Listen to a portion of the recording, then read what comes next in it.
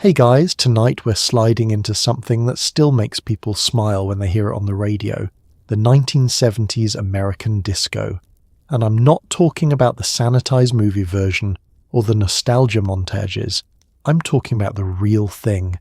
What it actually felt like to step through those doors on a Friday night. What the air smelled like. How the floor trembled beneath your feet. And why, for a few miraculous years, disco wasn't just music.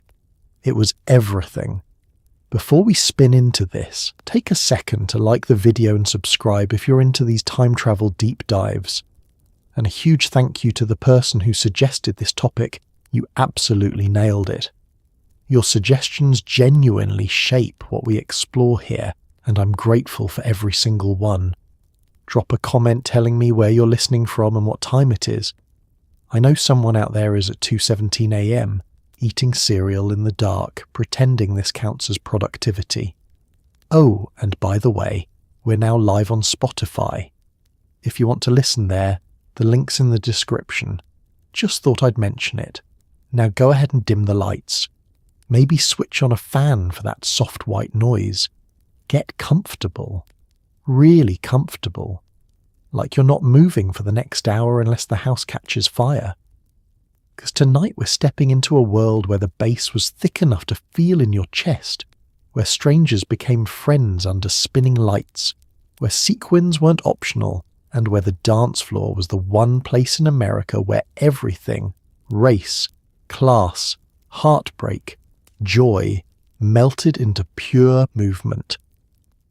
Have you ever wondered what it actually sounded like inside a disco before the speakers blew? What did people wear when they weren't posing for a camera? How did it feel to walk in alone and leave with a dozen new friends whose last names you'd never know? What did the bathroom smell like? What did people talk about between songs?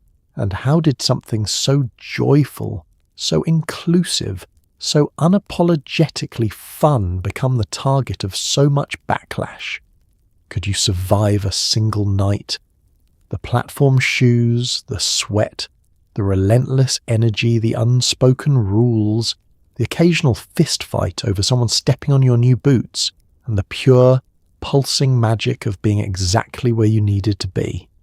Well, congratulations. You've just walked through the doors. It's 1976. The bass hits you before the lights do. Someone hands you a drink you didn't order. The DJ just dropped something that makes the entire room scream. And the night is just beginning. Let's start at the doors, because that's where the transformation begins. You don't just walk into a disco. You step across a threshold into a different world, a louder, brighter, sweatier, more electric version of reality. The bouncer at the velvet rope sizes you up. Not just your outfit, but your energy, your vibe. Whether you look like you belong in the kind of place where the music never stops and nobody asks what you do for a living. The rope itself is thick, red, looped between brass posts that gleam under the streetlights. Behind it, a line stretches down the block. People shifting their weight in platform shoes, adjusting collars, checking their hair in compact mirrors. Everyone's trying to look effortless while also looking like they tried. It's a delicate balance. You hear fragments of conversation, laughter, someone singing along to the muffled bass that's already leaking through the walls. When you finally reach the front, the bouncer looks you over with the kind of slow, deliberate assessment that makes you suddenly aware of every choice you made getting dressed. Are your pants flared enough? Is your shirt too conservative? Did you wear enough jewellery? He doesn't say anything, just nods. Steps aside. And suddenly the rope drops, and you're in. The entryway is dim, a narrow corridor painted black, lit only by the glow spilling from the main room ahead. You can feel the bass now, really feel it, thrumming through the floor and up through your legs. There's a coat check window on your left, staffed by someone who's seen 1,000 nights just like this one and will see 1,000 more. You hand over your jacket, receive a small ticket in return, and tuck it carefully into your pocket, knowing you'll lose it by midnight. A few more steps and the corridor opens up. The volume doubles, the lights hit you, and just like that you're inside.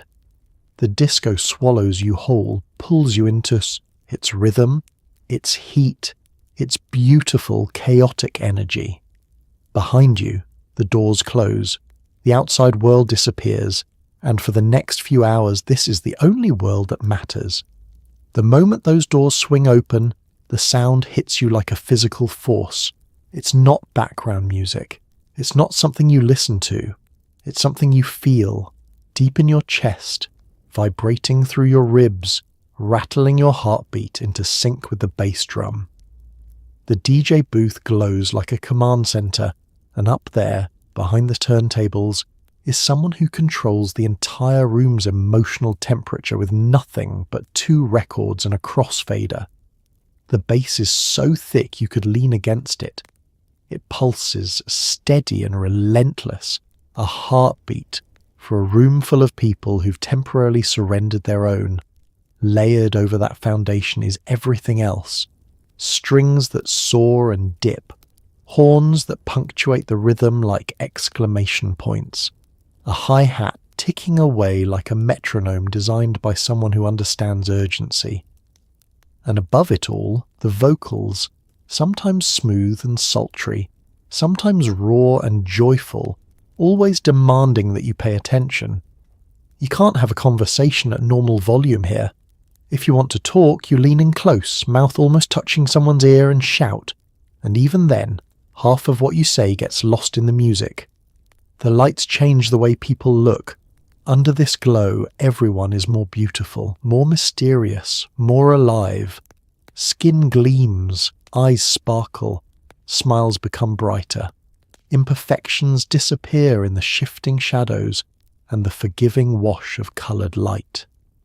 You catch a glimpse of yourself in a mirrored column and barely recognise the person looking back. Someone radiant and free and entirely present. Above the dance floor, the lighting rig is a tangle of metal and wire and possibility. Technicians adjusted those lights hours ago, programmed the sequences, tested the bulbs.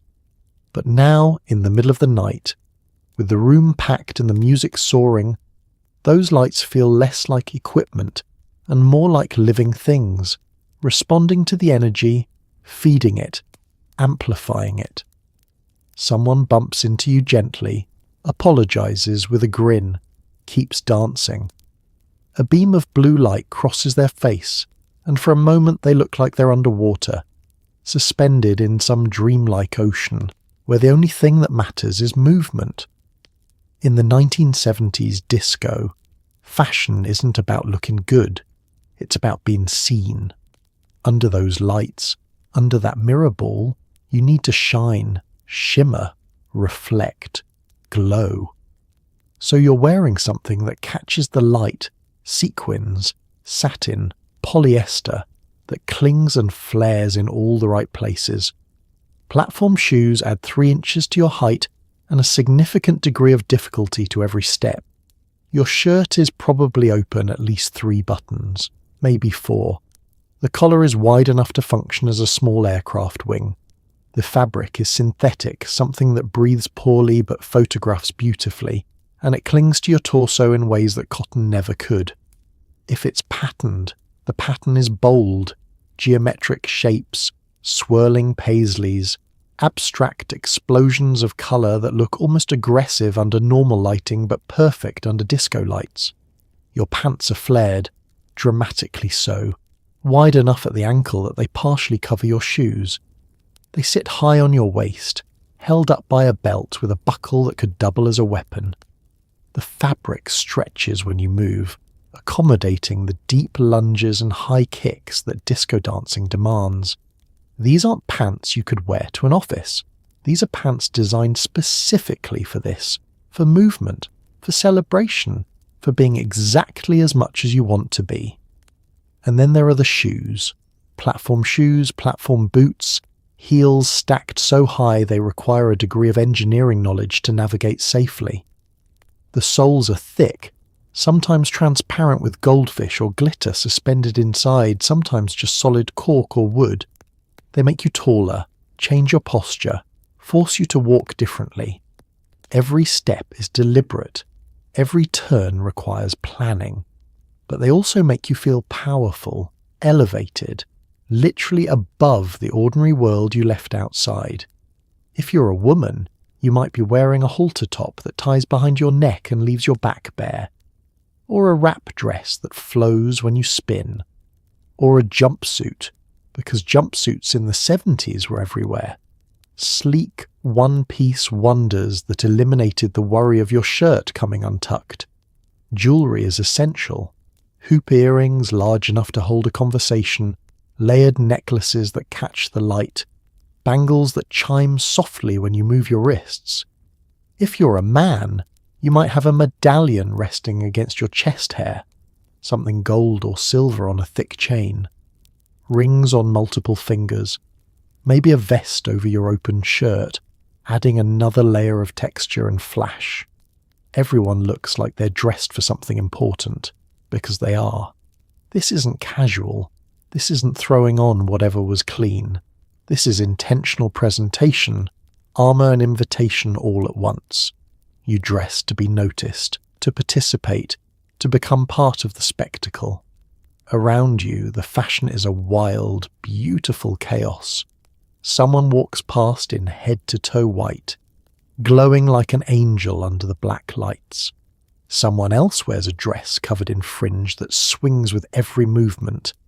A guy near the bar has a shirt made entirely of some metallic fabric that looks like he melted down a disco ball and tailored it.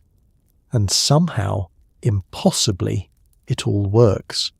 Before you even reach the dance floor, the smell hits you, a thick, unmistakable cocktail of perfume, cologne, cigarette smoke, sweat, and something faintly chemical that might be the fog machine or might just be the decade itself. It's not unpleasant exactly, it's just intense, layered, human. The kind of smell that clings to your clothes and your hair and reminds you days later where you were. The perfume is sweet, floral, overwhelming. In the 1970s, subtlety isn't the goal. People wear fragrance the way they wear sequins, liberally, confidently, without apology. You catch whiffs of it as people brush past you, each person trailing their own signature scent. Some of it is expensive, department store counters and glass bottles. Some of it is drugstore, applied with equal enthusiasm. All of it mingles in the air, creating a cloud of competing sweetness that would be suffocating if you weren't already riding the adrenaline of being here. The cologne is heavier, muskier, designed to suggest masculinity in the most obvious possible terms. It competes with the perfume for dominance, neither winning, both contributing to the overall atmosphere of too much, which is exactly the point. In a disco, there is no such thing as too much. More is the aesthetic. More lights, more sound, more smell, more everything. Then there's the smoke. Cigarette smoke mostly, curling up from ashtrays at the bar, from hands on the edge of the dance floor, from booths in the back where people are catching their breath between songs. It hangs in the air, visible in the beams of light, adding another layer of haze to the already dreamlike atmosphere. Some people smoke to look cool. Some smoke because everyone else is smoking. Some smoke because their hands need something to do when they're not dancing.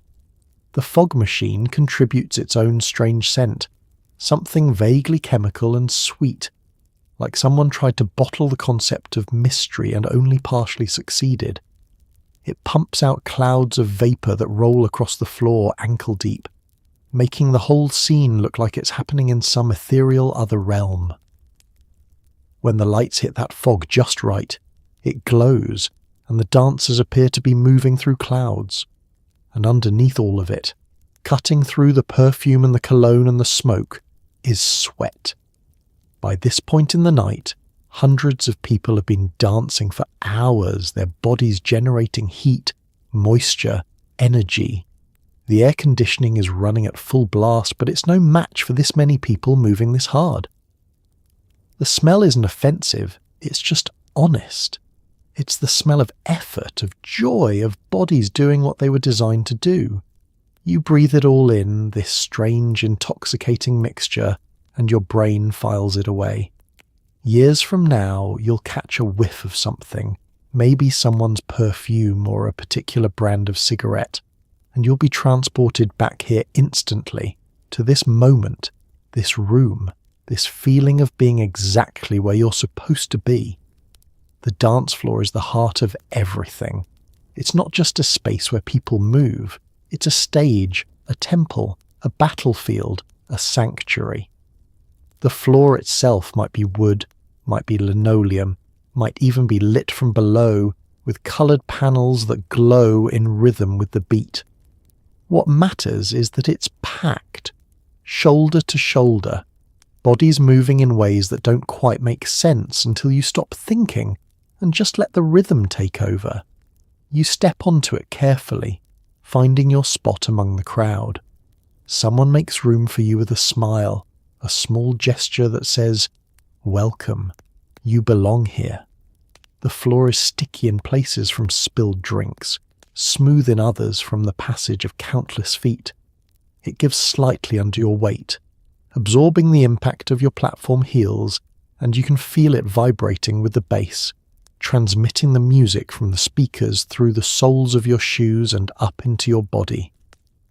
The lighting here is different than anywhere else in the room, brighter, more focused, designed to showcase what's happening. If the floor is lit from below, coloured panels glow in sequence, creating patterns that shift and flow like a psychedelic checkerboard. Red, yellow, green, blue, white.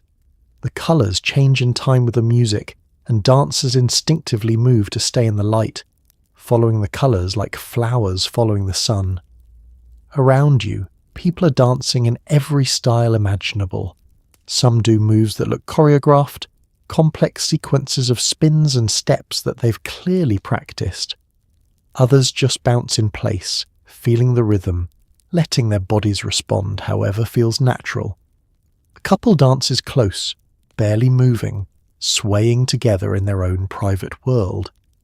Next to them, someone is doing the hustle, feet flying, arms pumping, face locked in concentration. The beauty of the disco floor is that all of it is right.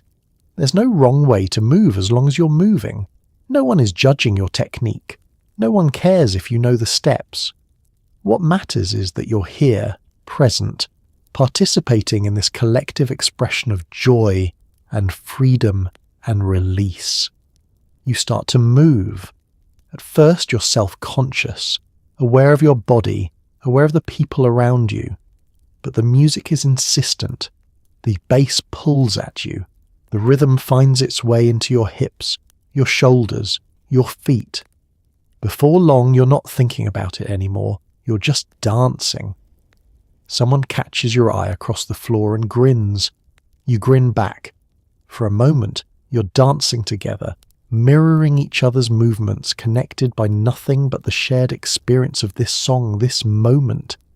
Then they spin away and you're back in your own space, but the connection lingers. The floor is hot, the temperature rising with every passing minute as more bodies pack in, generating heat, energy, motion. Someone bumps into you and apologizes without stopping their movement. You bump into someone else and do the same. It's part of the dance, this gentle collision, this constant negotiation of space in a room that doesn't have enough of it. And somehow, impossibly, there's still room to move. In a disco, the music doesn't pause. There are no awkward silences, no moments where the room goes quiet and everyone suddenly remembers they're just people standing in a room. The DJ is a master of transitions, blending one song into the next so smoothly you don't even realize the track changed until you're already moving to a different beat. It's an art, this seamless flow. The DJ matches the beats per minute, finds the key, waits for the perfect moment when one song is winding down and the other's ready to rise. They layer the tracks, letting them overlap for 8 bars, 16 bars, creating a bridge between one world and the next. The bass line from the new song sneaks in under the vocals of the old one. The drums build, and then, So subtly you almost miss it. The first song is gone and you're somewhere else entirely, but you never stop dancing. This continuity is crucial. If the music stopped, people would remember they're tired, that their feet hurt, that they have work tomorrow. They'd head to the bar or the bathroom, or worse, the exit. But as long as the music keeps going, as long as that relentless rhythm keeps pushing forward, everyone stays. The night extends. Time becomes elastic, meaningless, measured only in songs. You're 3 tracks deep now, maybe 4, but you couldn't say where one ended and the next began. They blur together in your memory, becoming a single continuous experience, a river of sound that you've been swimming in since you arrived. The tempo has been building slowly, incrementally, each song a little faster than the last. The DJ is pushing you, seeing how far you'll go, how much energy you can give, and you give it. Everyone does. That's the unspoken contract of the disco floor. The DJ provides the music, the energy, the journey. You provide the response, the movement, the proof that what they're doing matters.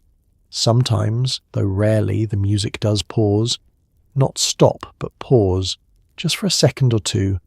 A moment of silence that makes everyone hold their breath.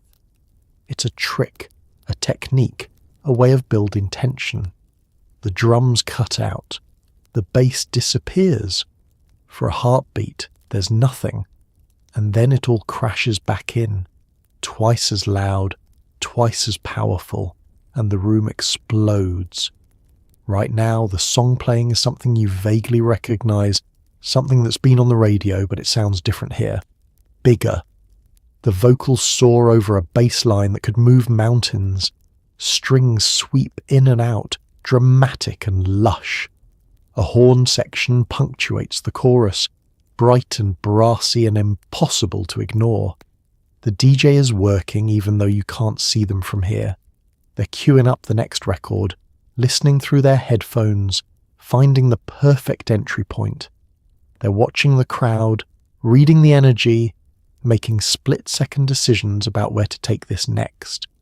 It's a conversation, even though only one person is talking.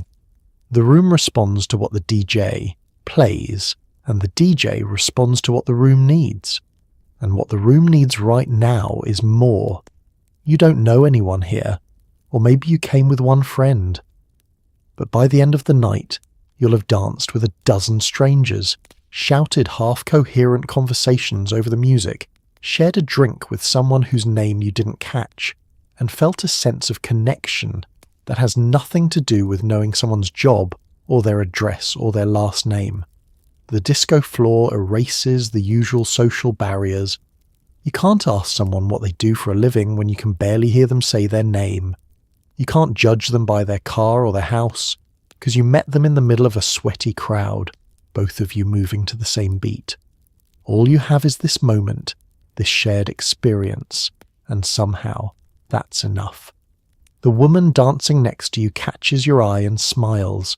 She's wearing a gold lame dress that catches every light in the room, and her hair is piled high in a style that required engineering. You smile back. She leans in, shouts something you don't quite catch. You nod anyway. She laughs, spins away, her dress flaring around her legs, and keeps dancing. A guy taps your shoulder. You turn, half expecting trouble, but he's just grinning, pointing at your shoes. "Nice boots," he shouts. You thank him, compliment his shirt, and then you're both dancing, not together exactly, but near each other, part of the same small constellation of movement in the larger galaxy of the floor. Over by the edge, you see a group that's clearly been here for hours. They've claimed a small section as their territory, a circle where they take turns showing off moves, hyping each other up, celebrating every successful spin or particularly smooth transition. They're not exclusive, though. When someone outside the group tries a move and nails it, they cheer just as loudly. There's a couple dancing close, oblivious to everyone around them. They're in their own world, foreheads touching, moving slowly even though the tempo is fast. You wonder if they just met or if they've been together for years. It's impossible to tell. The disco has a way of making every connection feel both brand new and eternal. Near the DJ booth, someone is dancing alone, eyes closed, arms raised, completely lost in the music. They're not performing for anyone. They're not trying to impress. They're just feeling it. Every note, every beat, every vibration. Watching them is almost spiritual. They've achieved what everyone here is chasing. Total surrender to the moment. You make eye contact with someone across the floor. They nod. You nod back. It's a small acknowledgement, a recognition that you're both here, both part of this, both alive in the same moment. You'll probably never see them again, but right now, in this place, you're connected. That's the magic of it. In the outside world, these people are strangers, separated by race, class, sexuality, everything that usually divides us. But in here, under these lights, moving to this music, those divisions dissolve. Everyone is equal. Everyone belongs. The only requirement is that you show up and let yourself feel it. Later, much later, you'll try to explain this to someone who wasn't there. You'll tell them about the music and the lights and the energy, but you won't be able to explain this part, the people part, the way a room full of strangers became something like family for a few hours. Some things you just have to experience. If the DJ controls the mood, the bartender controls survival. They're the ones who keep the drinks flowing, who know who's been here too long, who's about to start a fight, who just got dumped and needs a free shot. The bar is an island of relative calm in the middle of the chaos, a place where you can catch your breath, cool down, and watch the dance floor from a safe distance. You make your way over, weaving through the crowd, your shirt sticking to your back with sweat. The bar is 3 deep with people, all trying to catch the bartender's attention, waving bills, shouting orders that get swallowed by the music. But the bartender sees everything. They have a system, a mental cue, a sense of who's been waiting longest and who's about to give up and leave. When they finally point at you, you feel a small rush of victory. You lean across the bar, shouting your order, rum and coke. Simple, classic. The bartender nods, already reaching for a glass, moving with the kind of efficiency that comes from making thousands of drinks in conditions exactly like these. The bar itself is scarred and sticky, marked by countless nights of spilled drinks and forgotten conversations. Ashtrays overflow. Empty glasses cluster at the far end, waiting to be cleared. Behind the bar, bottles are arranged in neat rows, backlit so they glow like jewels. The mirror behind them reflects the dance floor, giving you a different perspective on the chaos you just escaped. The bartender slides your drink across the bar. You hand them cash. They make change with one hand while already taking the next order with the other. It's a performance. This multitasking, this constant motion. They're sweating almost as much as the dancers, but they never stop smiling, never lose their cool, never forget that they're the glue holding this whole operation together. You take a sip. The drink is strong, maybe too strong, the kind of ratio that suggests the bartender either likes you or is trying to move inventory quickly. The ice is already melting, watering it down to something manageable. You lean against the bar, grateful for something solid to hold on to, and watch the room. From here, you can see everything. The dance floor is a churning mass of bodies, impossible to distinguish individual dancers from this distance. The DJ booth glows like a command center. The lights sweep and pulse overhead. Someone stumbles past you, laughing, steadying themselves on your shoulder before continuing toward the bathroom. The bartender catches your eye again. "You okay?" they mouth. You nod, raise your glass in thanks. They smile and turn back to the waiting crowd. This is the bartender's domain. They know the regulars, the troublemakers, the ones who tip well and the ones who don't. They know who's been cut off and who's just getting started. They've seen proposals and breakups and fistfights and reconciliations, All from behind this bar, all while keeping the drinks coming. Someone next to you orders a round of shots. The bartender lines up 6 glasses, pours with theatrical flair, sets them on a tray. The person pays, tips generously, and carries the tray back into the crowd, arms raised to protect the drinks from jostling. You finish your drink, set the glass on the bar. The bartender appears immediately, raises an eyebrow. Another. You shake your head. They nod, swipes the glass, and it disappears into the chaos of empties behind them. Time to get back out there. The bathroom line at a disco is its own social ecosystem. It's where friendships are formed over smeared mascara and borrowed lipstick. It's where someone compliments your outfit with genuine enthusiasm. It's where you overhear gossip, confessions, declarations of love, and plans to leave early that will absolutely not happen. The line stretches from the bathroom door down the hallway, a queue of people shifting their weight, checking their reflections in anything remotely shiny, fanning themselves with their hands. You're almost to the front now, just a few people ahead. The door opens again, one person out. You're next. You shift your weight, suddenly very aware of how much you need this. Finally your turn. You slip inside, lock the door behind you. The sudden quiet is almost shocking. The music is still there, thumping through the walls, but muffled now, distant. You can hear yourself breathe. Every disco night has at least one slow song.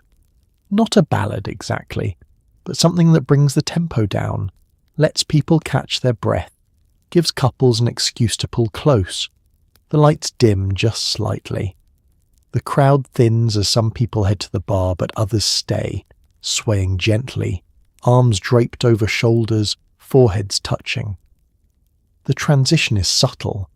The previous song fades out, the frantic energy dissolving into something softer, warmer. The opening notes of the new track drift across the room, strings instead of horns, a gentle bass line instead of that relentless 4-on-the-floor thump. It's still disco, still has that unmistakable production sheen, but the tempo has dropped to something human, something that allows for actual breathing. You watch as the dance floor rearranges itself. The solo dancers step back, some heading for drinks, others just standing at the edge, catching their breath, letting their heart rates settle. The groups break apart, and the couples, the ones who've been waiting for this moment, move together like magnets finally allowed to connect. Some of them are clearly together, capital T together. They fold into each other with practiced ease, his hand finding the small of her back, her arms circling his neck, their bodies fitting together like pieces that were always meant to align. They barely move, just sway in place, and you can see them talking quietly, mouths close to ears, sharing words that don't need to compete with the music anymore. Others are new, tentative, testing. Someone extends a hand, someone accepts. They come together carefully, leaving space between their bodies at first, polite and uncertain. But as the song continues, as the music works its gentle magic, that space closes. Shoulders relax, grips tighten just slightly, smiles appear. You're standing alone, watching, and someone approaches from your left. They don't say anything, just offer their hand, eyebrows raised in question. You hesitate for half a second, then take it. Why not? This is what you came here for, isn't it? Connection, presence, the willingness to say yes to the moment. Their hand is warm, slightly damp from dancing, and they pull you in with gentle confidence. You settle into the rhythm together, that slow rocking motion that's less dancing and more shared breathing. Up close you can see the gleam of sweat on their forehead, the slight smudge of their eyeliner, the way their lips move silently along with the lyrics. The singer's voice fills the room, smooth and aching, singing about love or loss or longing. the kind of universal emotions that disco does so well when it slows down enough to feel them. The production is lush, layered with strings that sweep in like gentle waves, carrying everyone along. Around you, other couples sway. Some are cheek to cheek. Some dance with eyes closed, lost in their own private worlds. Two women dance together, graceful and easy, completely unbothered by anyone's potential judgment. Two men do the same, a small act of defiance and freedom that the disco allows in ways the outside world often doesn't. The lights have shifted to match the mood. The frantic spinning has stopped. The disco ball still turns, but slower now. Or maybe it just seems that way. The colours are softer, more blue and purple than red and yellow, washing the room in something that feels almost romantic. Your dance partner pulls back slightly, just enough to make eye contact. They smile. You smile back. Neither of you speaks. There's nothing that needs saying. This moment is complete as it is, perfect in its temporary simplicity. The song builds toward its conclusion, the strings swelling, the singer holding a note that seems to stretch forever. Your partner spins you gently, a small flourish, and you turn back into their arms. The final notes fade. For a moment, the room is suspended in that ending, everyone still holding their partners, reluctant to let go. Then the next song kicks in, faster, and the spell breaks. Your partner releases you, nods, thank you, and steps back into the crowd. You watch them go, this person whose name you don't know and probably never will, and feel grateful anyway. Every disco has that one person who's there every weekend, who knows every word to every song, who moves with a confidence that can only come from hundreds of hours of practice. They're not showing off exactly, they're just fully, completely themselves. And when they start dancing, the crowd gives them space, watches, cheers, feeds off their energy. Tonight the regular is a guy in his mid-20s, wearing white from head to toe, white suit, white shoes, white belt with a silver buckle that catches every light in the room. He's been here since the doors opened, dancing through every song, never seeming to tire, never losing that fluid, effortless quality that makes it look like gravity affects him differently than it affects everyone else. When a certain song comes on, something with a strong Latin rhythm, the crowd parts without being asked. They know what's coming. They've seen this before, and they want to see it again. The regular moves to the centre of the floor, and the dancing becomes something else entirely. Becomes performance art, becomes a conversation between one person and the music that everyone else is privileged to witness. He starts slow, letting the rhythm build, his hips moving in ways that shouldn't be anatomically possible. His feet do complicated patterns, intricate steps that he executes without looking down, without hesitation, his body memory so complete that thinking would only slow him down. His arms extend, his fingers snap in time with the percussion, his whole body telling the story the music is singing. The crowd around him claps in rhythm, adding another layer to the sound. Someone whoops, someone else whistles. The regular feeds on this energy without acknowledging it directly, never breaking character, never stepping out of the zone he's in. This is his moment, but it's also everyone's moment, because his joy is contagious, his freedom inspiring. He spins, and his jacket flares. He drops into a move that's half split, half slide, then bounces back up like the floor is a trampoline. The execution is flawless. The timing is perfect. This isn't the first time he's done this exact sequence, and it won't be the last, but right now, in this moment, it feels brand new. A woman steps forward, joining him, matching his energy with her own. She's another regular, someone who knows the unspoken language of the disco floor, and together they improvise a duet, playing off each other's movements, challenging and complimenting in equal measure. The crowd's cheers get louder. This is what the disco floor is supposed to be, a space where excellence is celebrated, where showing up as your fullest self is not just accepted but demanded. The regulars set the standard. They show what's possible when you stop worrying about looking foolish and start trusting that the music will catch you.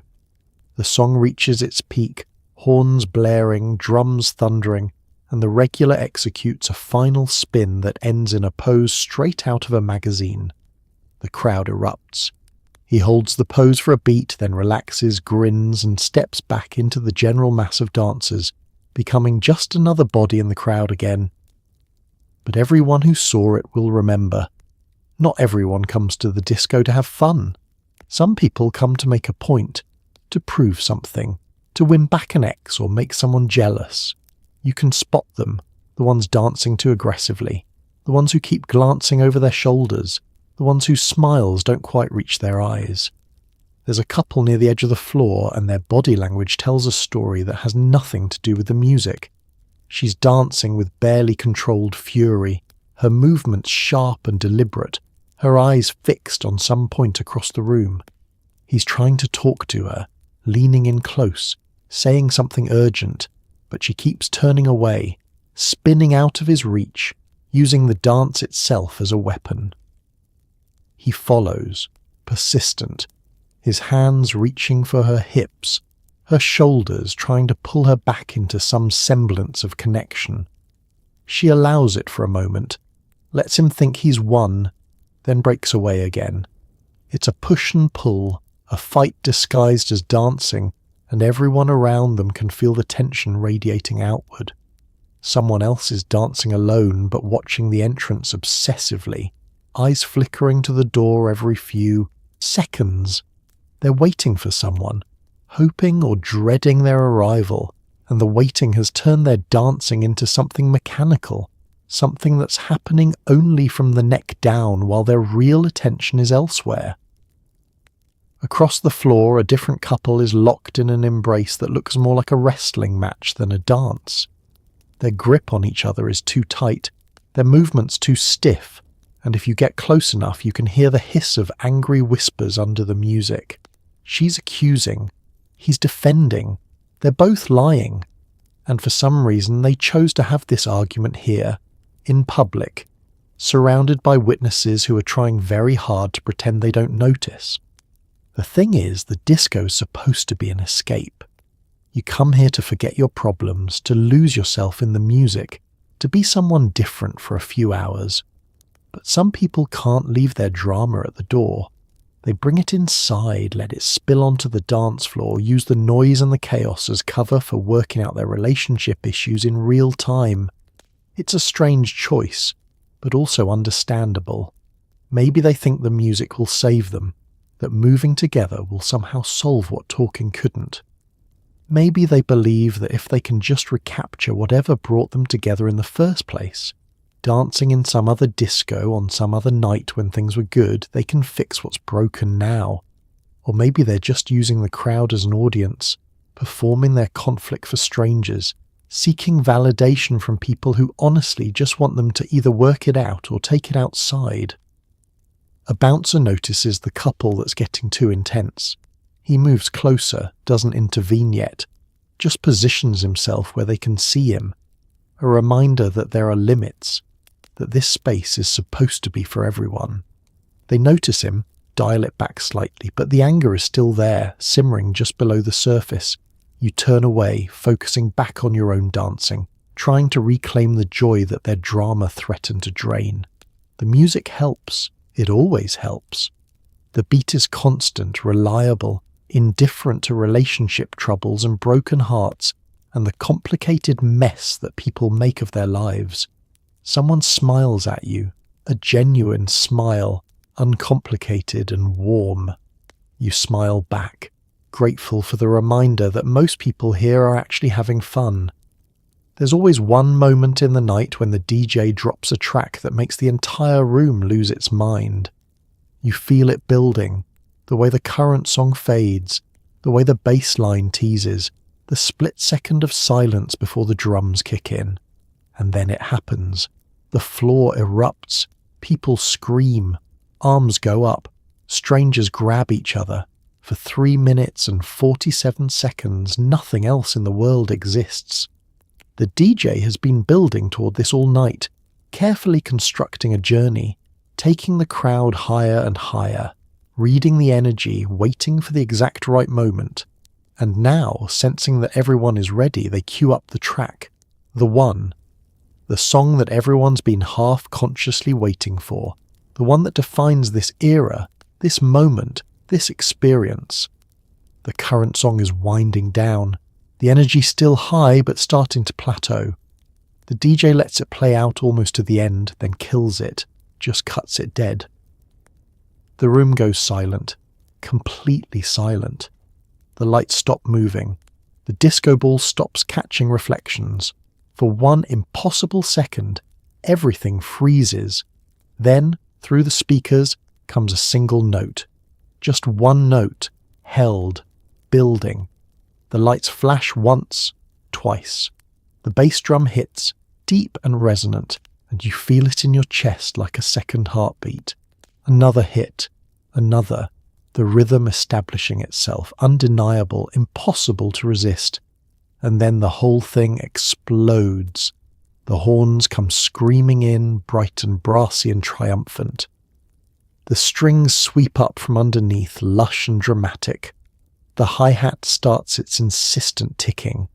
The bass line locks in, so thick and heavy you could lean against it. And the vocals, oh, the vocals, they soar over everything. Powerful and joyful and absolutely perfect. The room detonates. People throw their hands in the air, someone screams, someone else starts jumping. The entire dance floor becomes a single organism, moving together, united by this song, this beat, this moment. You're jumping too, you can't help it, and you're laughing, and you're screaming the lyrics even though you can barely hear, yourself over everyone else doing the same thing. Strangers grab your hands and suddenly you're in a line, everyone linked together, moving in sync, kicking, stepping, turning. The formation breaks apart and reforms somewhere else. You're hugging someone you've never met. You're singing directly into someone's face and they're singing back, and neither of you can carry a tune, but it doesn't matter. Not even a little bit. The lights are going crazy now, spinning and flashing and strobing in perfect time with the music. The disco ball is a supernova, throwing light everywhere. The fog machine has been triggered, and clouds roll across the floor, making everyone look like they're dancing in heaven or some particularly funky version of the afterlife. This is the peak. This is what everyone came for. This is why people line up outside in the cold, why they spend money they don't have on cover charges and drinks, why they squeeze into uncomfortable shoes and clothes that don't breathe. For this. For these 3 minutes and 47 seconds of pure, distilled joy. The DJ is visible now in their booth, backlit and triumphant, one hand raised, conducting the chaos they've created. They know what they've done. They can see the floor from up there, can see every person losing their mind in perfect unison, and they're feeding on that energy just as much as everyone else is. The song builds toward the bridge, the moment where everything drops out except the bass and the vocals, and when it hits, the crowd sings so loud they almost drown out the actual singer. Then it all comes crashing back, bigger than before, and the room somehow finds another gear, another level of energy that shouldn't be physically possible. You're drenched in sweat. Your throat is raw from screaming. Your feet are killing you. You've never been happier in your entire life. By midnight, the air in the disco is less air and more atmosphere. It's thick with humidity from all those bodies moving, warm from the lights overhead, hazy from the smoke machines and the cigarettes. Breathing feels like work. But somehow, that just adds to the feeling, the sense that you're not in the regular world anymore, that you've crossed into someplace different. You take a breath, and it's warm, almost hot, heavy with moisture and the accumulated exhalations of hundreds of people. The oxygen content feels lower than it should be, diluted by everything else floating in the atmosphere. Perfume molecules, cologne particles, cigarette smoke, fog machine vapor, the carbon dioxide of all that collective breathing.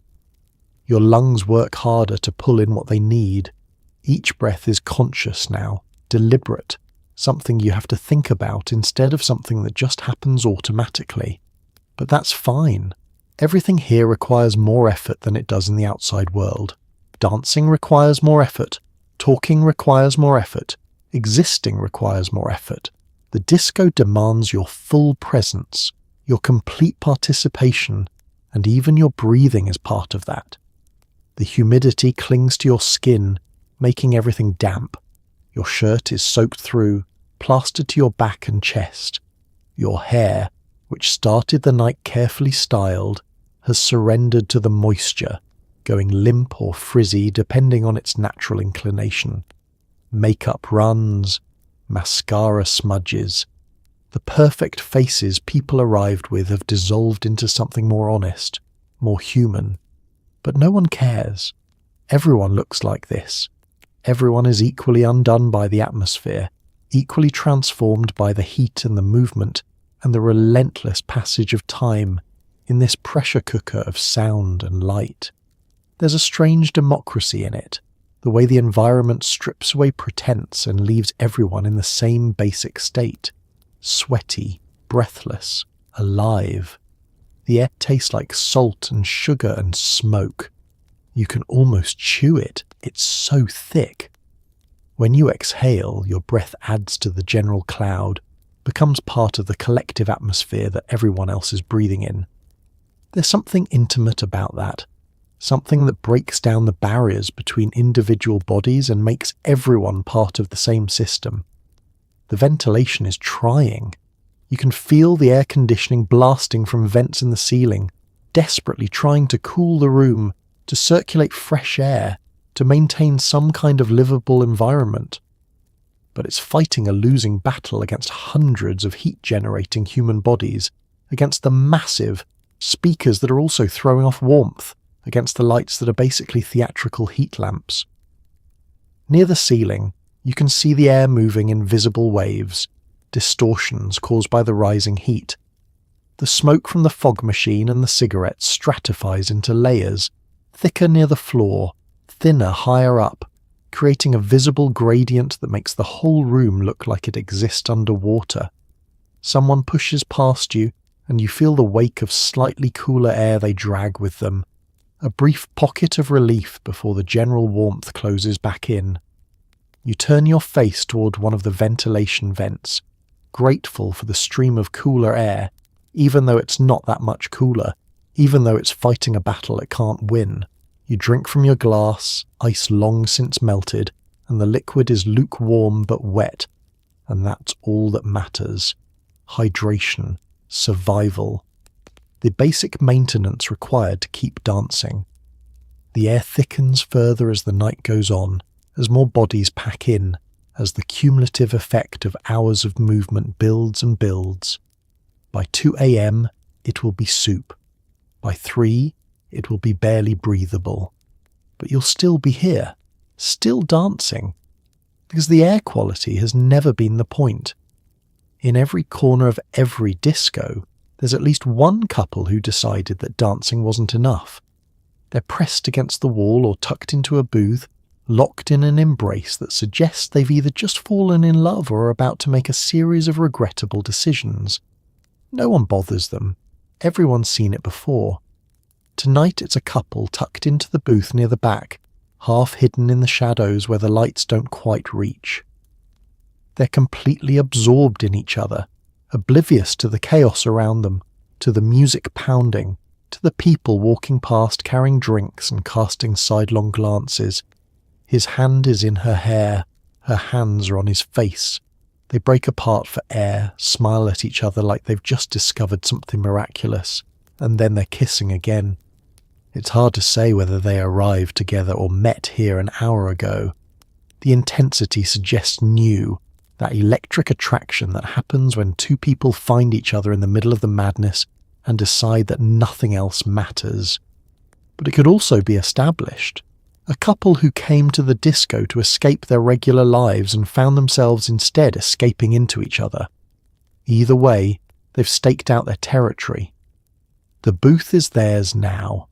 Other people who were sitting there earlier have relocated, understanding that some battles aren't worth fighting.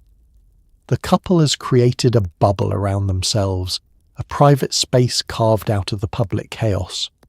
Someone walks past balancing 3 drinks, doesn't even glance at them. Someone else stops, watches for a second, smiles and keeps moving. A bouncer does a visual sweep of the area, notes their presence, determines they're not causing any actual problems, and moves on. The rules of the disco are loose when it comes to public displays of affection.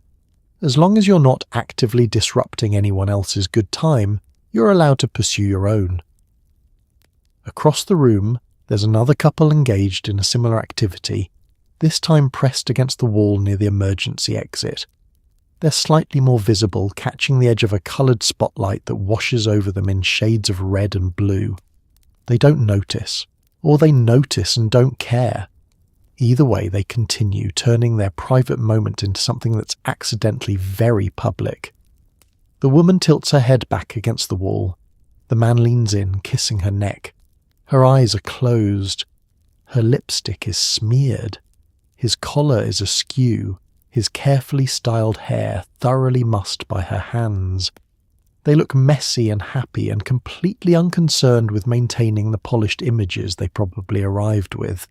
This is part of the disco too, this permission to be impulsive, to act on attraction without overthinking it, to let the music and the lights and the atmosphere lower your inhibitions until making out with someone in a corner seems not just acceptable but necessary.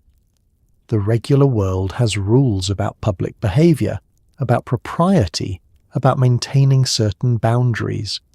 The disco suspends those rules, or at least loosens them significantly.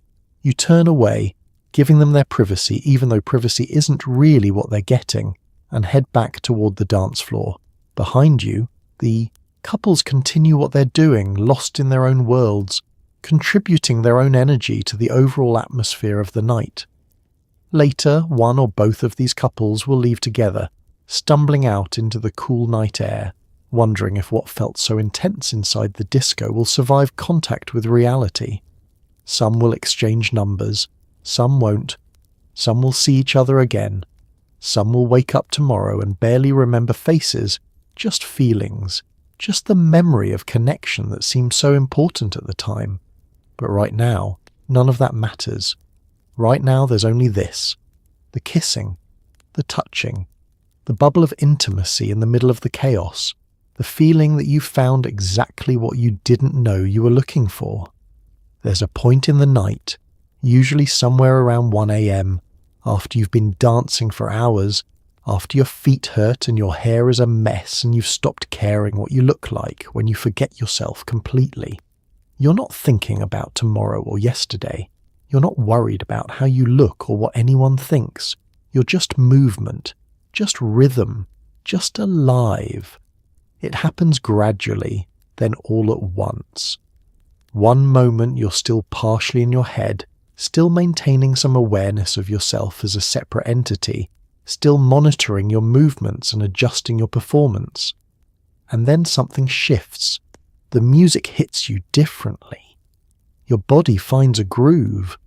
Your mind finally, mercifully shuts up and gets out of the way. You're not dancing anymore.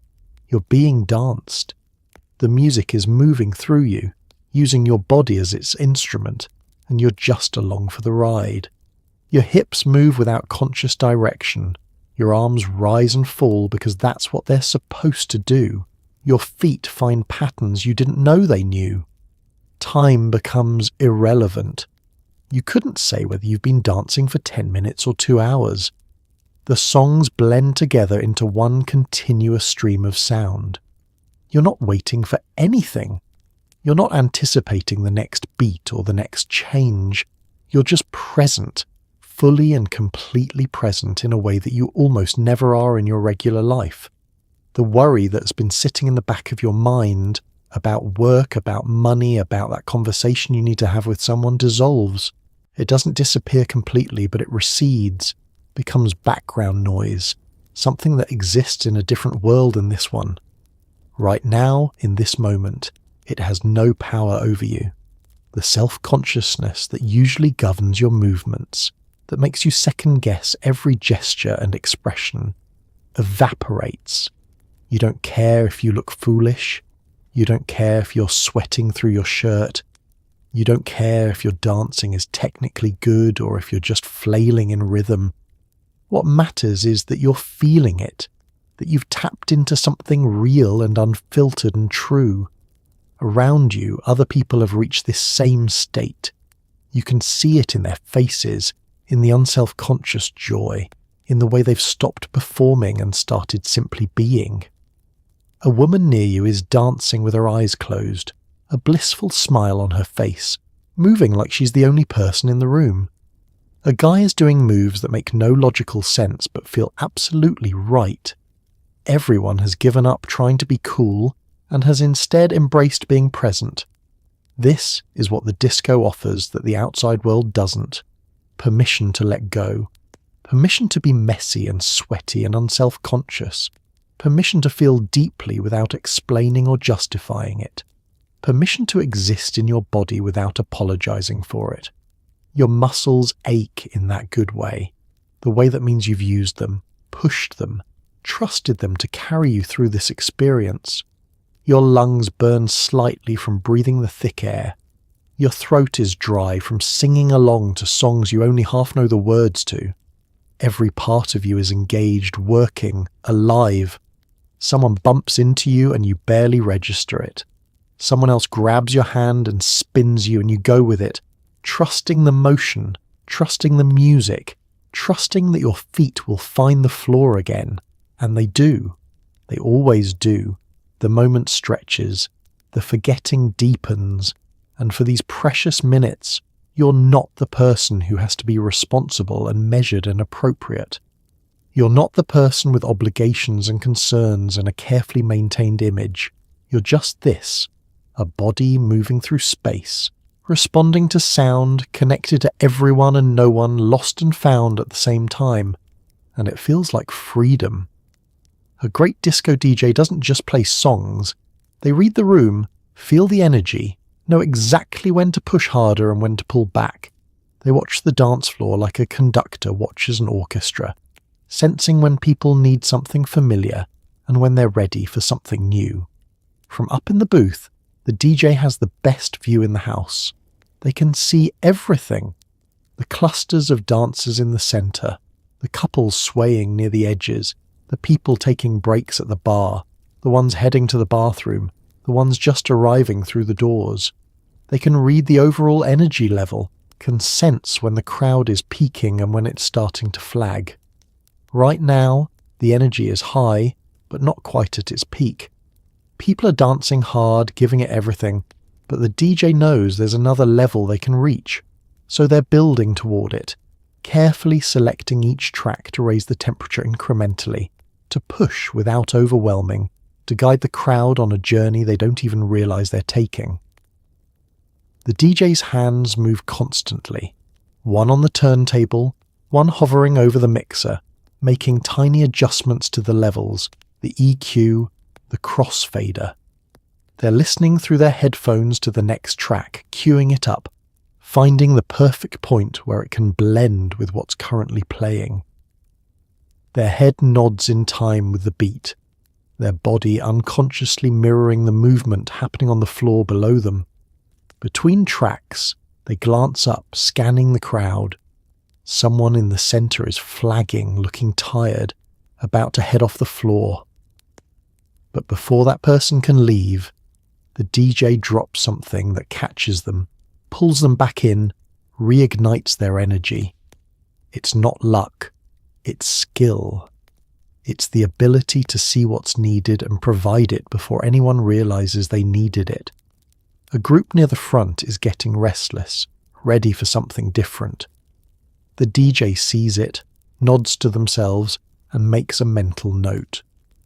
2 more songs in the same vein, then a shift. Keep them satisfied, but also keep them slightly hungry. That's the trick. The booth itself is a command center. 2 turntables, a mixer, crates full of records organized in a system that makes sense only to the DJ. Headphones hang around their neck when not in use. A small lamp illuminates the labels so they can read them in the otherwise dim booth. Behind them, a mirror lets them keep an eye on the floor even when they're facing their equipment. They pull a record from the crate, holding it carefully by the edges, the vinyl gleaming under the lamp. This is the one. This is what comes next. They slip it out of its sleeve, place it on the turntable, drop the needle. Through the headphones, they hear it start. They nod. Yes. Perfect. They begin the mix, nudging the turntable with their fingers to match the tempos, adjusting the pitch control, listening for that moment when the 2 tracks lock in together. There. They start to bring it in, the new song sneaking under the current one, almost imperceptible at first, just a whisper of what's coming. On the floor, people don't notice yet. They're still locked into the current track, still riding its wave, but the DJ knows that in 30 seconds, when the transition completes, when the new song takes over, they're going to lose their minds. It's a power trip, this ability to control a room's emotional state, but it's also a responsibility. The DJ's job isn't just to play music, it's to take people on a journey, to build and release tension, to create peaks and valleys, to understand the psychology of a crowd and give them what they need when they need it, even if what they need is something they didn't know existed. The transition completes. The new song is fully in now. And yes, there it is, the reaction the DJ was waiting for. The crowd surges. Arms go up. Someone screams. The energy spikes. The DJ allows themselves a small smile, then immediately turns their attention to what comes next. Because a great disco set is never about any single song. It's about the flow, the narrative, the story told through rhythm and melody and bass. And the story isn't over yet. Sometime during the night, a stranger will buy you a drink. Maybe they're trying to flirt. Maybe they just like your energy. Maybe they're celebrating something and feeling generous. You'll accept it with a smile and a shouted thank you, and you'll probably never see them again. You're standing at the bar waiting for the bartender's attention when someone taps your shoulder. You turn. It's a person you don't recognize, dressed in the same kind of disco armor everyone else is wearing, glitter and confidence and platform shoes. They smile, leaning close so you can hear them over the music. "I got you," they shout, gesturing to the bartender. You're confused for a second, then realize they're offering to buy you a drink. It's a small gesture, but it catches you off guard. You barely know how to respond. The outside world has made you suspicious of generosity from strangers, trained you to look for ulterior motives, to protect yourself from potential complications. But this isn't the outside world. This is the disco, where the rules are different, where random acts of kindness happen all the time for no reason other than the general atmosphere of celebration and goodwill that the music creates. You nod, mouth thank you. The stranger signals the bartender, orders 2 drinks, one for them and one for you. They pay, tip generously, and then hand you your glass. You take it, expecting them to linger, to use this as an opening for conversation or an invitation to dance. But they don't. They just raise their own glass in a toast, grin, and disappear back into the crowd. You stand there for a moment, drink in hand, trying to process what just happened. It's such a simple thing, such a small kindness, but it hits you harder than you expected. In a world that often feels transactional, where every gesture seems to come with strings attached, this anonymous generosity feels almost revolutionary. You take a sip. The drink is strong, probably too strong, but that's fine. You're not here to sip delicately. You're here to feel things intensely, and apparently that includes the burn of cheap rum. Later, much later, you'll find yourself in a position to return the favour. You'll see someone at the bar, someone who looks like they're having the night of their life, and you'll buy them a drink for no reason other than it feels right. You'll hand it to them, accept their surprise thanks, and then melt back into the crowd just like the stranger did for you. This is how the disco works. This is the ecosystem. Everyone contributes. Everyone receives. The generosity circulates like the music itself, moving from person to person, creating connections that don't require names or explanations. You finish your drink, set the glass on the bar, and head back to the dance floor. You'll probably never see the person who bought it again. You'll definitely never know why they did it. But for the rest of the night, whenever you think about it, you'll smile. Because sometimes kindness doesn't need a reason. Every disco has that one song that unites the entire room. It doesn't matter if you're black or white, gay or straight, rich or poor, heartbroken or in love. When that song comes on, everyone moves together. Everyone sings along. Everyone becomes part of the same moment. The opening notes are instantly recognizable. Before the vocals even start, before the drums kick in properly, the room knows. You can feel the shift in the atmosphere, the collective intake of breath, the way everyone's attention suddenly focuses on the same thing. This is it.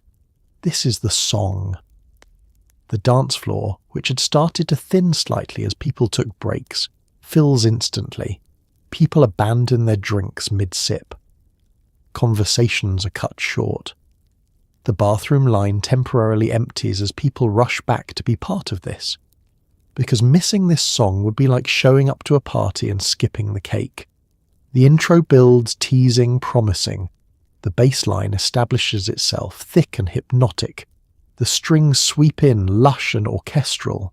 And then the vocals start and the entire room sings along. Hundreds of voices joining together in messy, joyful harmony.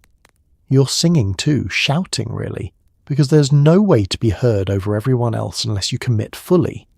The lyrics are embedded in your memory from the countless times you've heard this on the radio, at other discos, floating out of car windows and apartment buildings.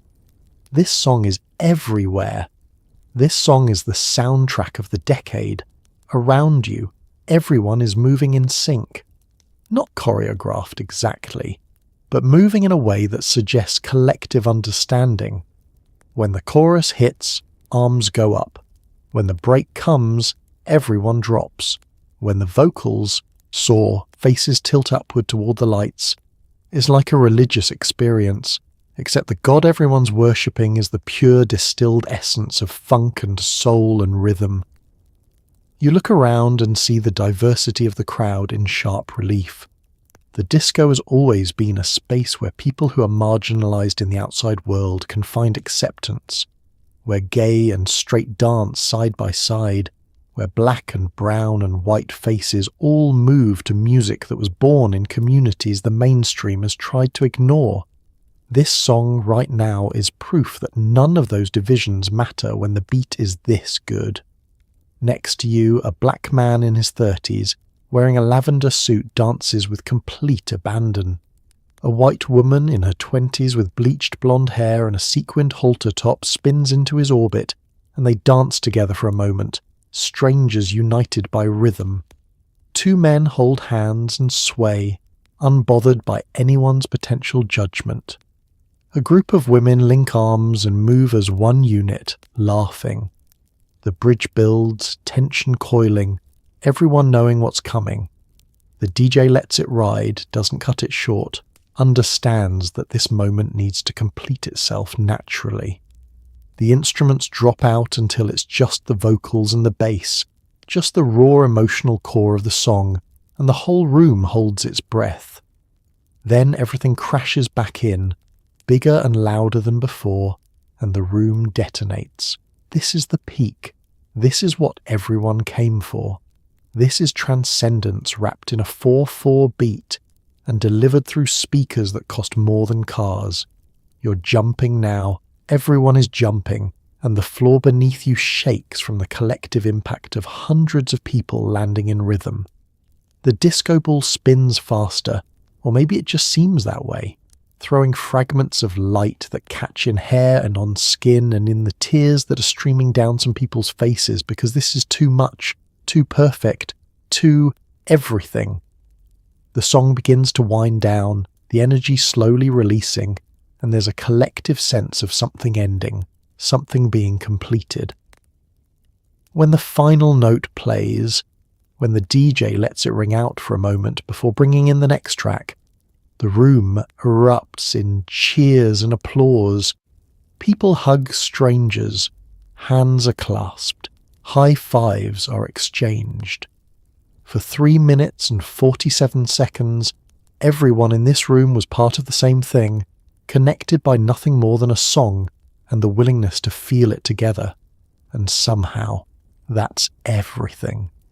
By 2 a.m, your platform shoes have gone from stylish accessory to active enemy. The blisters have blisters.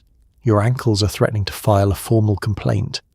But you keep dancing anyway, because stopping now would mean admitting the night is almost over. When you first put these shoes on, back in your bedroom 6 hours ago, they seemed like a reasonable choice. They looked incredible. They made your legs look longer, your posture more confident, your whole silhouette more disco. The fact that they were slightly uncomfortable seemed like a worthwhile trade-off for looking this good. But 6 hours is a long time to stand in shoes that were designed more for aesthetics than biomechanics. 6 hours of dancing, of shifting your weight, of spinning and stepping and jumping has transformed those minor discomforts into active points of pain. There's a hot spot on your left heel where the leather has been rubbing. Your right pinky toe has gone numb, which is actually an improvement over the sharp pain it was broadcasting an hour ago. The balls of your feet feel bruised, tender from the constant impact against the hard floor. You lean against a column for a moment, shifting your weight from foot to foot, trying to give each one a brief respite. It doesn't really help. The damage is done. The only thing that would truly help at this point would be taking the shoes off entirely, but that's not an option.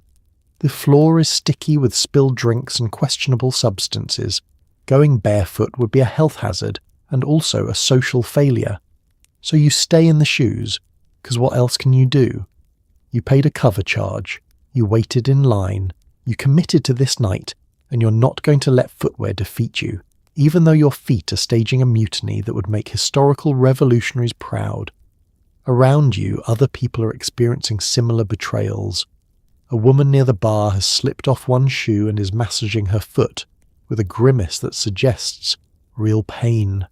She catches you watching and laughs ruefully, a sound that says "I know, right?" without needing words. She slips the shoe back on, takes a breath, and heads back to the dance floor anyway. A guy limps past, his gait noticeably uneven, favouring his left leg. His platforms are at least 4 inches high, probably closer to 5, engineering marvels that should require safety permits. They look amazing. They also look like torture devices. He's committed, though. He's still moving, still participating, even if his participation now includes a slight hobble. The thing is, everyone knew this would happen. Everyone who's been to a disco before understands that pain is part of the price of admission. You don't wear sensible shoes to a disco.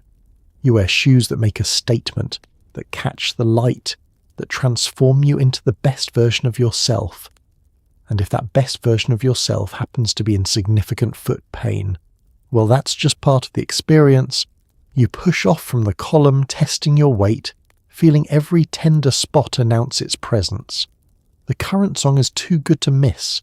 The beat is infectious, the bass line hypnotic, and your body wants to move even if your feet are begging you to reconsider. You take a step, then another. The pain is still there, but you're dancing through it, letting the music override the signals your feet are sending to your brain. It's a kind of meditation, this willingness to transcend physical discomfort in pursuit of something more important. By 3 a.m, you'll barely be able to walk. Tomorrow, you won't be able to wear these shoes for a week, maybe 2. But right now, in this moment, with this song playing and these people around you, the pain is just background noise. You spin, and your ankle wobbles dangerously, but you catch yourself, find your balance, keep moving. The shoes might be winning the battle, but you're winning the night. The worst moment of any disco night is when the lights come up. Not gradually, not gently, but all at once, harsh and fluorescent and unforgiving. Suddenly you can see everything. The spilled drinks on the floor, the sweat stains, the smeared makeup, the reality you've been dancing away from for hours. The music has stopped, or rather, it's been replaced by something mundane. Maybe the radio, maybe just the house music they play when they're trying to clear the room. The DJ booth is dark now, the DJ already packing up their records, carefully slipping each one back into its sleeve, stacking the crates. The magic is over. Under the fluorescent lights, the disco looks smaller than it did in the dark, sadder. The walls are scuffed. The upholstery on the booths is torn in places, patched with duct tape. The mirror ball, which seemed to hold galaxies an hour ago, is just a sphere covered in cheap mirrors, some of them cracked or missing entirely. You squint against the brightness, your eyes struggling to adjust. For hours you've existed in carefully controlled darkness punctuated by intentional bursts of coloured light. This flat, white illumination feels aggressive, accusatory, like someone opening the curtains when you're hungover. The dance floor is a disaster. Plastic cups everywhere, crushed and sticky. Dark patches where drinks were spilled. Someone's lost earring glinting near the edge. An abandoned platform shoe lying on its side like a casualty of war. You wonder whose it is, how they're getting home.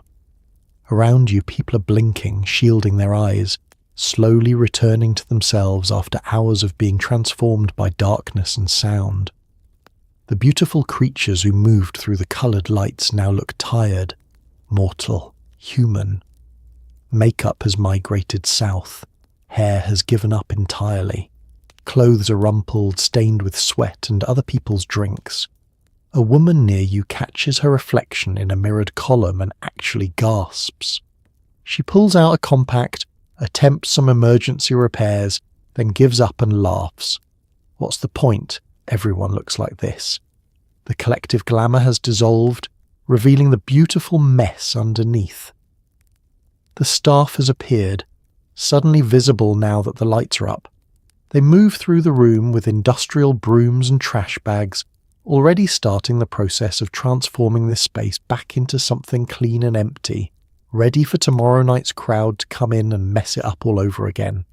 Someone announces last call at the bar, even though last call was technically 20s. Minutes ago, a few determined souls shuffle over ordering one more drink, trying to extend the night just a little longer, trying to postpone the inevitable return to the real world. You look at your friends, really look at them for the first time in hours. They look wrecked. You probably look worse. Someone's shirt is on backward. Someone else is missing a shoe. You're all drenched in sweat, hair plastered to foreheads, faces flushed from exertion. But you're also smiling. Everyone is smiling. Because despite the harsh lights and the revealed imperfections and the physical exhaustion, despite everything, you had the night. You were there. You felt it. The bouncer is at the door now, propping it open, the universal signal that it's time to leave. Cool air from outside drifts in, mixing with the stale warmth of the disco, creating strange currents that make the remaining fog swirl. People start shuffling toward the exit, moving slowly, reluctantly, bodies stiff from hours of dancing. Some are still humming songs, others are making plans for next weekend, already anticipating the next time they can return to this. You take one last look at the dance floor, trying to memorize it, trying to hold on to the feeling of what it was like when the lights were low and the music was loud and everything felt possible. Then you turn and head for the door, squinting against the brightness, leaving the magic behind. You stumble out into the night, ears ringing, legs shaking, voice hoarse from shouting over the music. The cool air feels like a baptism. Your friends are laughing about something that probably isn't that funny, but right now everything is hilarious. You can still feel the bass in your chest even though the music stopped 10 minutes ago. The temperature difference is shocking. Inside it was 90 degrees and humid enough to swim through. Outside the night air is crisp, probably 55 degrees, and it hits your overheated skin like jumping into a cold pool. You shiver, goosebumps rising on your arms, but it feels incredible. Cleansing. Like the atmosphere itself is washing away the accumulated heat and sweat and smoke. The street outside the disco is chaos. Cars are pulling up to the curb, people are hugging goodbye, exchanging numbers scrawled on napkins, making promises to meet up next weekend. Someone is sitting on the curb, head in hands, either crying or laughing or possibly both. Their friend rubs their back, patient, understanding. You start walking toward wherever you parked, though the memory of parking feels like it happened to a different person in a different lifetime. Your group moves slowly, a cluster of exhausted bodies navigating the sidewalk with impaired coordination. Someone trips over nothing. Someone else steadies them. Everyone finds this unreasonably funny. Your ears are still ringing, a high-pitched whine that sits on top of every other sound. It's disorienting, this sudden quiet after hours of overwhelming noise. You keep expecting the bass to kick back in, keep waiting for the next song to start. Your body is still primed for movement, still expecting rhythm, even though the music has stopped. The conversations happening around you are fragmented, enthusiastic, overlapping. Did you see when that guy did that spin? That one song. Oh my God, that one song. I think I lost my jacket. I definitely lost my mind. We have to come back next weekend, we have to. Someone starts singing one of the songs from earlier, off-key and missing half the words, but everyone else joins in anyway.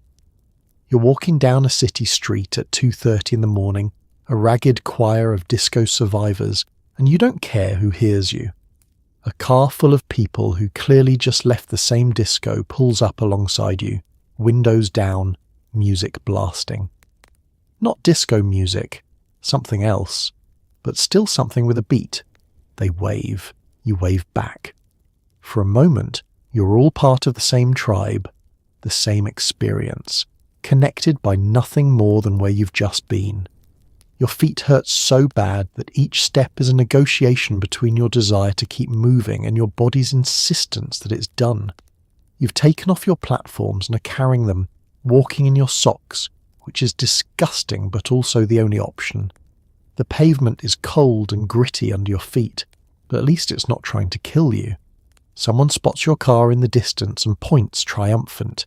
It's there, exactly where you left it 6 hours ago, faithfully waiting. The walk to it feels longer than it should, each step an effort, but you make it eventually. You lean against the car for a moment before getting in, looking back toward the disco. The building is just a building now, unassuming, the line of people gone, the magic contained inside invisible from out here. But you know what it holds, what it can do, what it did to you tonight. Your friend unlocks the car. Everyone piles in, groaning as stiff muscles protest the movement. Someone cranks the heat. Someone else finds a radio station playing something mellow, background music for the come down. As the car pulls away from the curb, you close your eyes, letting your head rest against the window.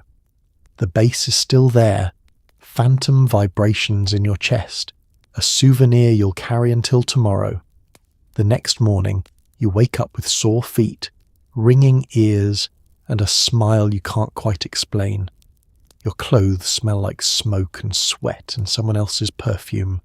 You find glitter in places glitter should not be, and you think about last night, the music, the lights, the strangers who felt like family, and you already know you'll be back next weekend. Consciousness returns slowly, unwillingly. Your bedroom is too bright, even with the curtains closed. Your mouth tastes like something died in it. Your body feels like it was put through a taffy puller and then reassembled slightly wrong. Every muscle aches. Your feet throb with each heartbeat, swollen and tender, bearing grudges about the shoes. You reach up to touch your face and your hand comes away with glitter. How? You showered before bed. You washed your face. And yet the glitter persists, scattered across your pillowcase, dusting your sheets, embedded somehow in your skin like evidence that won't be scrubbed away. Your phone is on the nightstand, battery almost dead. You pick it up and find a series of texts from last night, messages you don't remember sending. One is to someone named Marcus with just a string of exclamation points. You don't know anyone named Marcus. Another is a voice memo that's just 30 seconds of you singing off-key with music thumping in the background. You sit up slowly, carefully, waiting to see if your body will cooperate. Your lower back protests. Your calves are tight, muscles shortened from hours in platform shoes. Your throat is raw from shouting conversations over the bass, and when you try to speak, your voice comes out rougher than usual, scratchy and low. The clothes you wore last night are in a pile on the floor where you dropped them. Your shirt is inside out. Your pants are twisted. One platform shoe is by the door.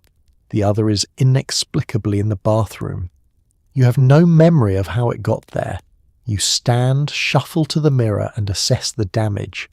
Your hair is doing something architectural, defying gravity in ways that suggest the hairspray you used last night has achieved sentience. Your eyeliner is smeared across one cheek. There's a bruise on your shin that you don't remember getting. You look like you've been through something, and yet you're smiling. Because underneath the physical wreckage, underneath the exhaustion, and the minor injuries and the mystery bruises, there's something else. A lightness, a sense of having fully inhabited your life for a few hours, of having been completely present in a way that's rare and precious. You make coffee, strong and black, and sit by the window. The world outside is ordinary Sunday morning world. People walking dogs, someone washing their car, normal life proceeding normally. It feels strange to be back in it after the heightened reality of the disco. Your roommate emerges from their room looking equally wrecked. You make eye contact across the kitchen. No words are necessary. You both know. You both understand. They pour themselves coffee and you sit together in comfortable silence. Two survivors of the same beautiful disaster. Later you'll shower properly, scrubbing away the last of the makeup and the glitter and the smoke smell. You'll find more bruises you don't remember earning. You'll discover that your favourite shirt has a small tear in it. You'll locate both shoes and assess whether they'll ever be comfortable again. But right now, you're just sitting here. Coffee warming your hands, the phantom bass still faintly thrumming in your chest, and you're thinking about next weekend. About going back, about doing it all over again, because that's the thing about the disco. It ruins you for normal life. It shows you what's possible when you let go, when you stop protecting yourself from joy, when you allow yourself to be fully, messily, gloriously alive. Your feet still hurt. Your ears are still ringing. You still smell faintly of cigarette smoke no matter how much you scrub. And you can't wait to go back. Disco wasn't just about dancing. It was about freedom. It was about spaces where gay people could be themselves, where Black and Latino communities could celebrate their culture, where women could claim the night without apology. It was loud, joyful, excessive, and unapologetically itself. And maybe that's exactly why, a few years later, some people decided it had to end. The disco wasn't invented by mainstream America. It was created by the people mainstream America had pushed to the margins. Gay men, black DJs, Latino communities, women who were tired of being told where they could and couldn't be. The disco was born in underground clubs in New York, in spaces where people who were considered other could gather without fear, without judgment, without having to hide who they were. It was revolutionary, even if it didn't always announce itself that way. The dance floor was one of the few truly integrated spaces in 1970s America. Black and white, gay and straight, rich and poor, all moving together to music that refused to acknowledge the boundaries that divided them everywhere else. That was radical. That was threatening to people who benefited from keeping those boundaries in place. The music itself was revolutionary too. Disco elevated Black and Latino musical traditions, put them at the center of popular culture, made them impossible to ignore. The bass lines came from funk. The rhythms came from salsa and soul. The production techniques were innovations from Black producers and DJs who understood that music could be more than just sound. It could be experience, environment, transformation. And the space it created for women was unprecedented.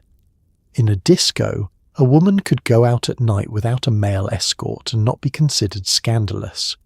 She could dance with whoever she wanted or dance alone.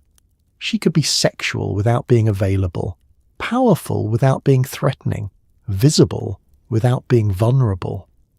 The disco gave women ownership of their bodies and their pleasure in ways that the mainstream culture still wasn't ready to accept. For gay men especially, the disco was sanctuary. In the outside world, they faced discrimination, violence, the constant threat of being arrested just for existing. But inside the disco, they could hold hands, dance close, kiss, be fully themselves without apology. The disco didn't just tolerate queerness, it celebrated it, centered it, made it essential to the entire culture. That kind of freedom, that kind of joy, that kind of unapologetic celebration of marginalized people being fully alive, it couldn't last forever. Not in an America that was already starting to backlash against the progress of the 60s and early 70s. Not in a culture that was growing increasingly conservative, increasingly uncomfortable with the idea that the margins might become the center.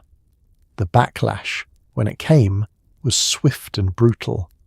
Disco Demolition Night in Chicago, 1979, where thousands of people gathered to blow up disco records in a stadium, chanting death to disco while the subtext, the racism and homophobia barely hidden beneath the surface, became text.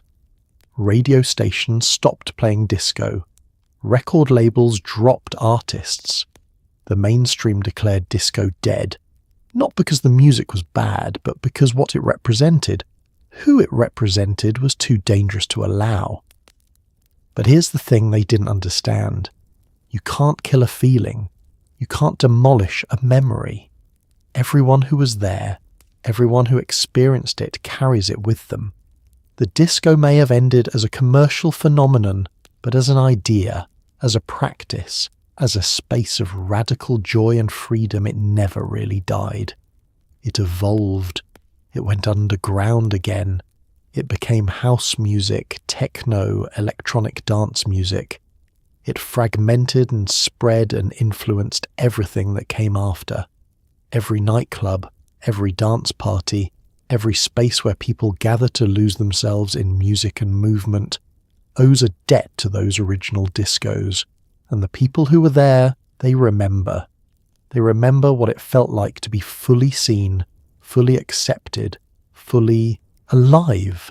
They remember the bass in their chests and the lights on their faces and the feeling of dancing until the world dissolved into pure rhythm. They remember that for a few precious years, there was a place where everyone belonged, where joy was the only requirement, where the music was loud enough to drown out everything that said you weren't enough. The disco mattered because it proved something the mainstream wanted to deny, that the margins are where the real culture lives, where innovation happens, where freedom is practiced, where joy refuses to be contained. So tonight, wherever you are, whatever you're doing, take a moment and feel it. Feel that bass in your chest. Feel that rhythm in your hips. Feel that freedom in your soul, because the disco may be gone, but what it stood for, what it proved was possible, that lives on, in every beat, in every dance, in every moment when someone decides to be unapologetically, gloriously, defiantly themselves. The lights may have come up, but the music never really stopped. The last song of the night is always chosen carefully. The DJ knows that this is what people will remember when they stumble out into the morning air, the final note that will echo in their minds as they drive home, as they collapse into bed, as they replay the night in their memories. So they choose something that feels like both an ending and a promise, something that says goodbye while also whispering see you next time. Tonight the DJ has been building toward this moment for hours. They've taken the crowd through peaks and valleys, through moments of frenetic energy and pockets of tender slowness, through songs that made everyone scream and songs that made a few people cry.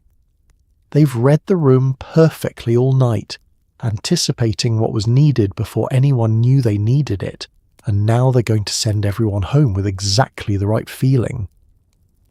The current song is winding down, something up-tempo that's kept the last stalwart dancers moving, even as others have started gravitating toward the exits, toward the coat check, toward the bathrooms for one final mirror consultation before facing the outside world.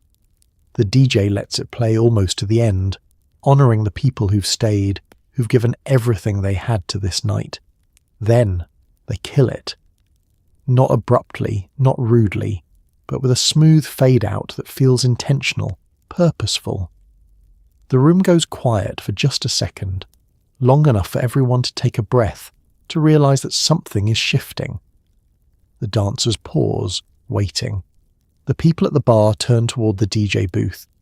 Even the staff stops sweeping for a moment. The DJ pulls the final record from its sleeve. They've known what this would be since before the night started, had it set aside, ready. It's a song that everyone knows, something that's been played 1,000 times in 1,000 discos, but that never gets old, never stops working. It's a song about love, about loss, about the bittersweet beauty of moments that can't last forever, about holding on to joy even as you know it's slipping away. They place the record on the turntable with the care of someone handling something sacred. Drop the needle. Through their headphones they hear it begin. Those opening notes that are instantly universally recognizable. They nod. Yes, this is right. They bring it in slowly, letting it build, letting the anticipation grow. The bass line establishes itself first, that familiar pattern that makes your body want to move even before you've consciously recognized what song this is.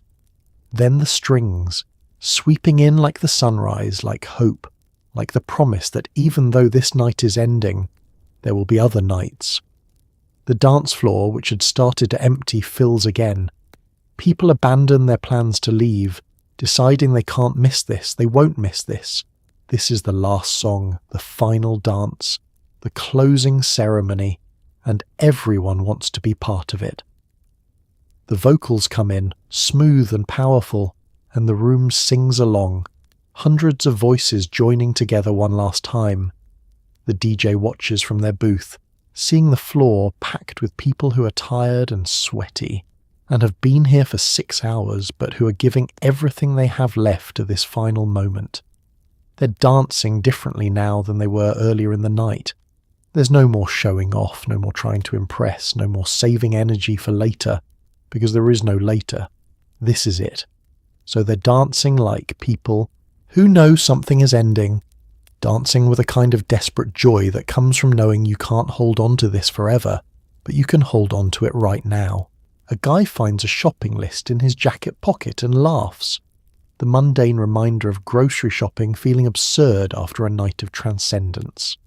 A woman discovers she put her house keys in her coat but left her car keys in her purse, triggering a minor panic that resolves when a friend admits they have them. Someone finds a note in their pocket that they don't remember writing. Someone else discovers they're missing a glove and doesn't care even a little bit. The coat check attendant holds up a sequined purse, asking if it belongs to anyone, and 3 different people claim it before the actual owner steps forward. You linger for a moment, not quite ready to leave. This is one of the last spaces that's still part of the disco, still holding some of the magic. Out there, past the doors, is the regular world with its regular rules and its regular expectations.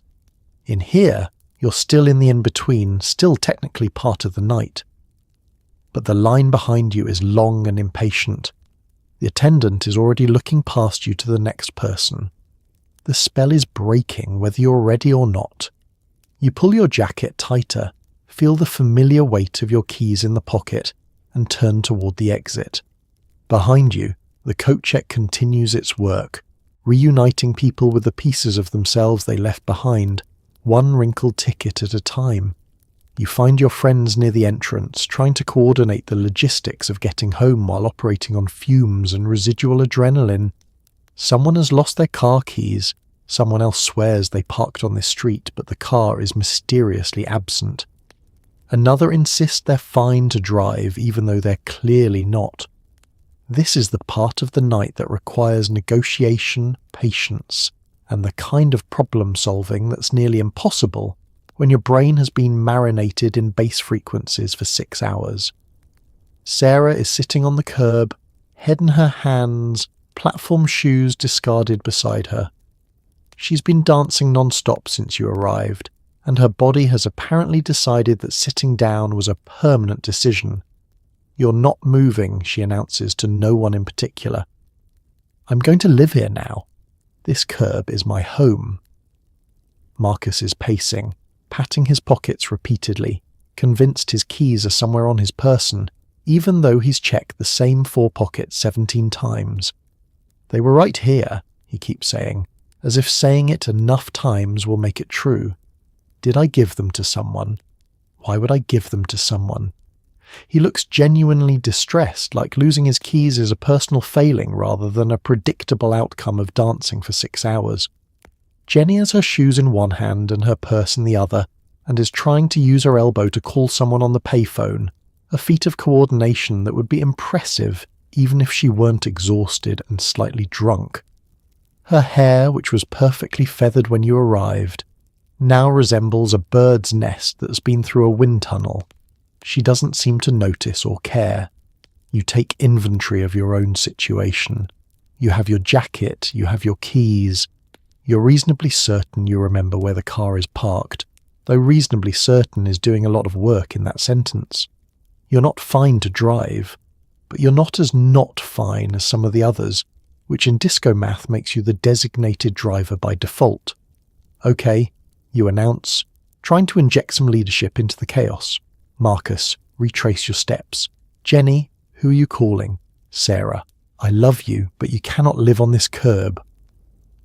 Sarah looks up at you with the expression of someone who's given up on all earthly concerns. Watch me, she says. Marcus stops pacing. I think I gave my keys to the coat check, he says suddenly. Do people do that? Is that a thing people do? Jenny hangs up the phone. No one's answering, she reports, as if this is surprising news at 3 a.m. I think we should just walk home. You live 12 miles away, you remind her. She considers this. Okay, but what if we walk really fast? This is the reality of leaving the disco. The magic has worn off, just enough to reveal that you're all disasters, beautiful disasters, but disasters nonetheless. You're tired and sore and operating on the kind of logic that makes sense only in the space between night and morning. A taxi pulls up, and you all watch it with the intensity of people witnessing a miracle. The driver looks at your group with a weary recognition of someone who's seen this exact scene 1,000 times. How many? He asks. You count. 4, you say. He shakes his head.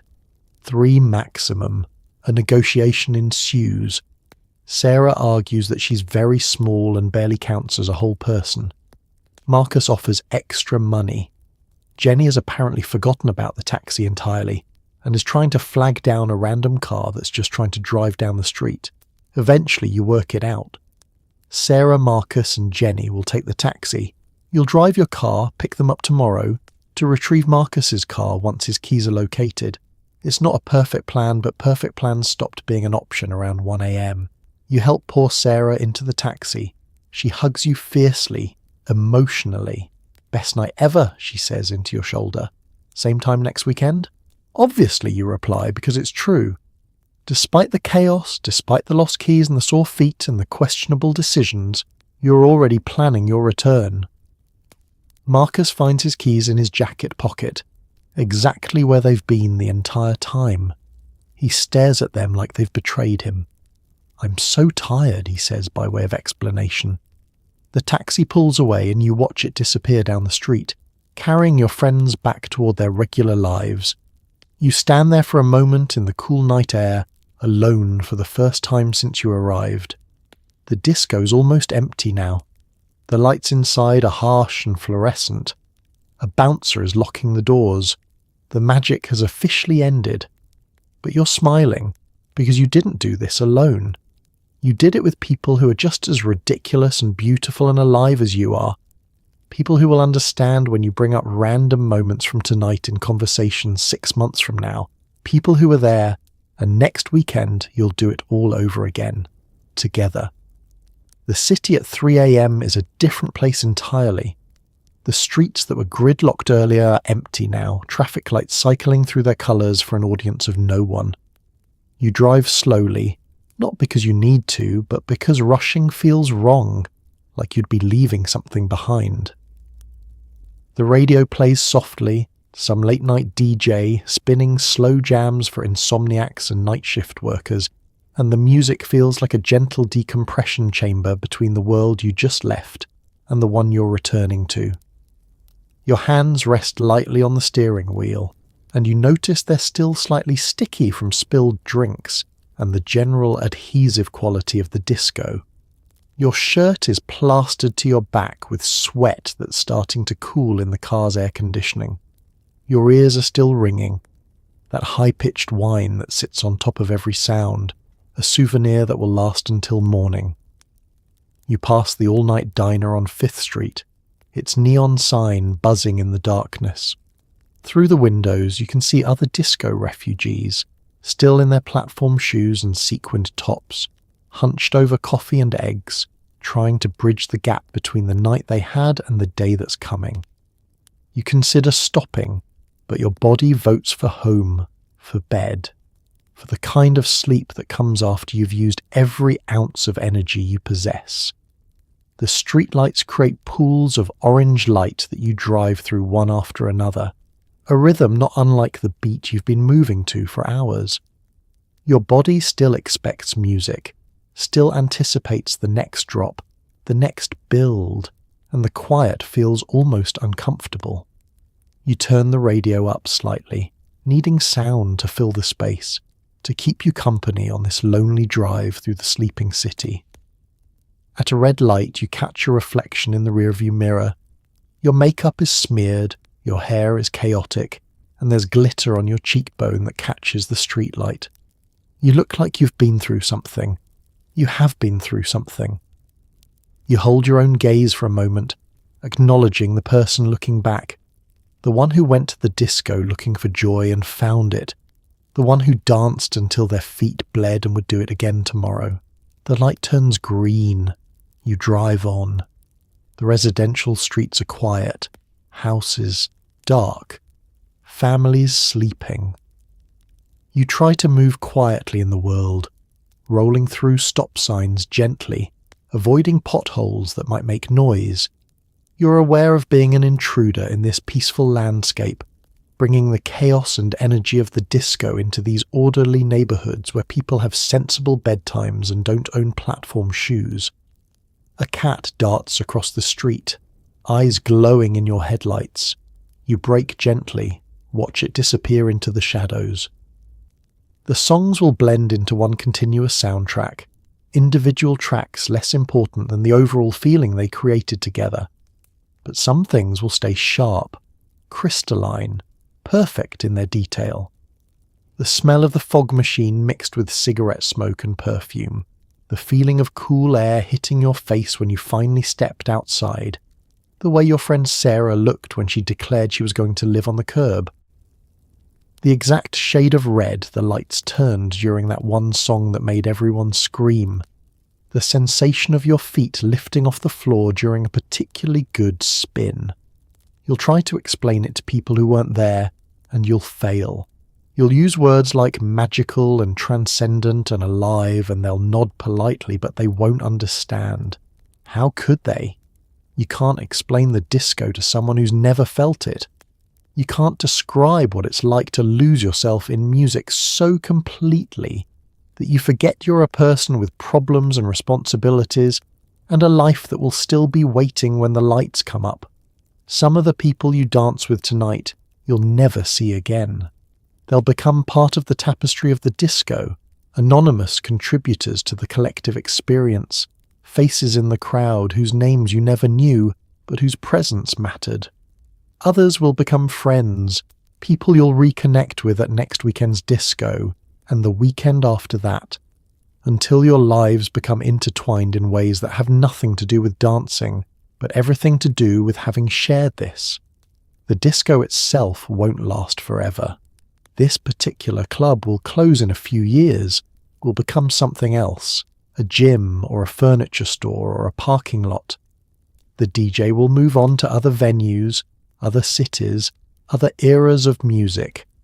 The music will evolve, will fracture into subgenres, will eventually be dismissed by critics as shallow and commercial before being rediscovered decades later as culturally significant. But right now, none of that has happened yet. Right now, the disco is eternal. Right now, every weekend brings another night of possibility, another chance to step through those doors and become the person you are when no one is watching, when nothing matters except the beat and the lights and the feeling of being part of something larger than yourself. The memory will change you in ways you won't recognize until much later. It will make you braver. It will teach you that joy is something you can choose, something you can create, something you can share with strangers in a dark room with a good sound system. It will show you that your body is capable of more than you thought, that you can dance for hours, that you can push through pain and exhaustion to get to something beautiful on the other side. It will teach you about community, about the way people who have nothing in common can come together and create something magic. It will show you that the margins are where the real culture lives, where innovation happens, where freedom is practiced. It will prove that joy is resistance, that dancing is political, that claiming space for yourself and people like you is a radical act. Years from now, when your children or your younger colleagues ask you about the 70s, you won't talk about the politics or the economics or the major historical events. You'll talk about the disco. You'll tell them about a place where everyone belonged, where the music was so good it made your problems dissolve, where you could be exactly who you were without apology. They'll look at you skeptically, the way young people always look at old people talking about the past, wondering if you're exaggerating, if it could really have been that good. And you'll smile, because you know the truth. You're not exaggerating. If anything, you're understating it, because there are no words big enough to contain what it felt like. The memory will sustain you through difficult times, when life gets hard, when the world feels heavy, when you forget what joy feels like.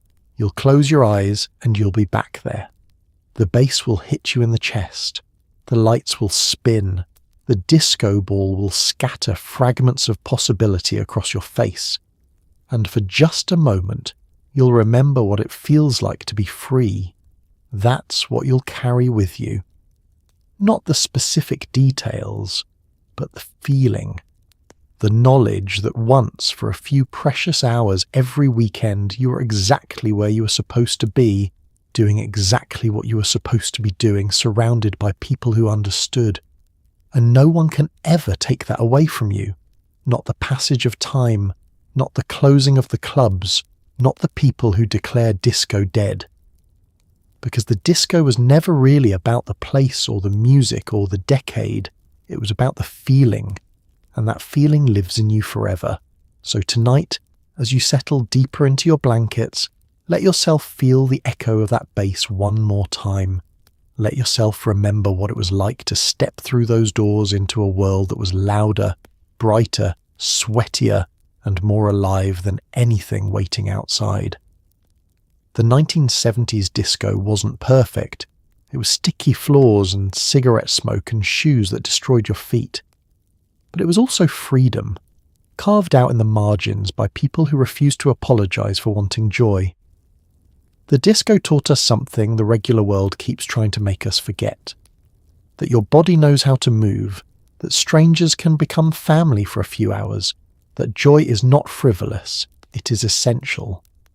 That claiming space for yourself, for your community, for the parts of you that the world says should stay hidden, that is not indulgence, that is survival. So maybe tomorrow or next week or whenever you need it, give yourself permission to feel something fully. Put on a song that makes you want to move and let yourself move to it, even if it's just in your kitchen, even if nobody's watching. Find your people, the ones who understand, the ones who were there or wish they had been. Create a space, however small, where you can be unapologetically yourself. Because that is what the disco left us. Not the mirror balls or the platform shoes, but the knowledge that joy is something we build together, something we protect, something we carry forward even when the lights come up and the music stops. The people who danced those nights away, they were not thinking about history. They were thinking about the next song, the next spin, the next moment of freedom. They were just living. And tonight, as you close your eyes, may you carry a little of that disco light with you. May you remember that you too are allowed to take up space, to move freely, to feel deeply, to shine. Sweet dreams, and may your rhythm never stop.